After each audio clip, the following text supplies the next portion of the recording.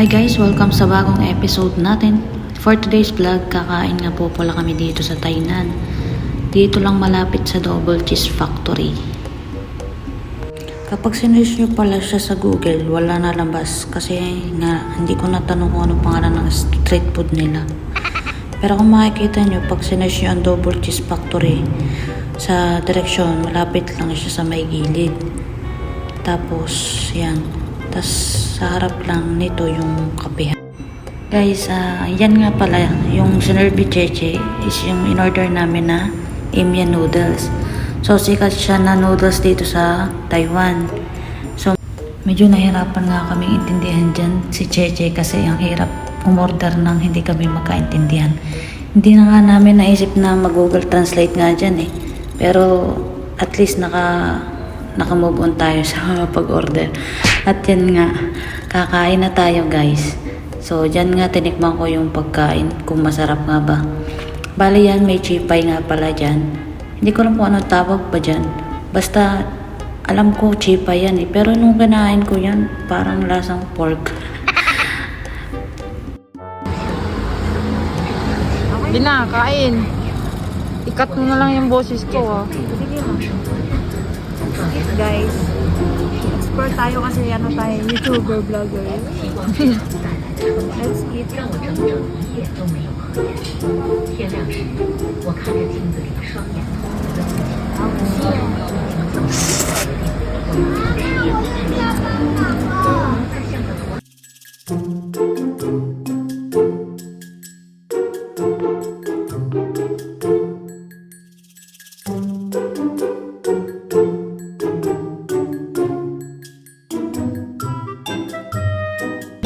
，Kaya i-vlogan na ito siguro.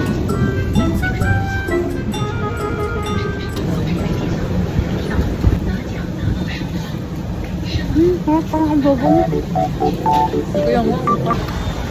Magkano lang to? 130 guys. Look at this.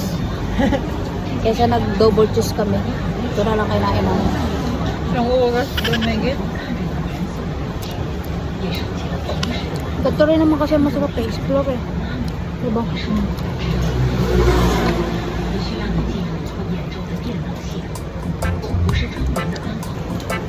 Bagay yung repolyo guys sa sa adobo pala healthy pa yung kinakain natin doon kasi puro french fries.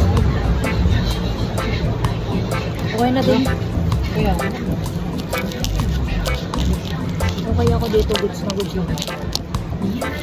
Tapos may hong kakata 20 lang.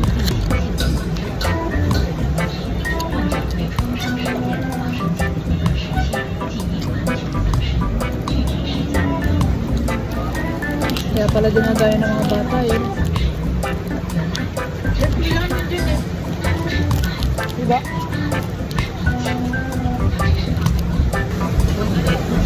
Also wear hard food.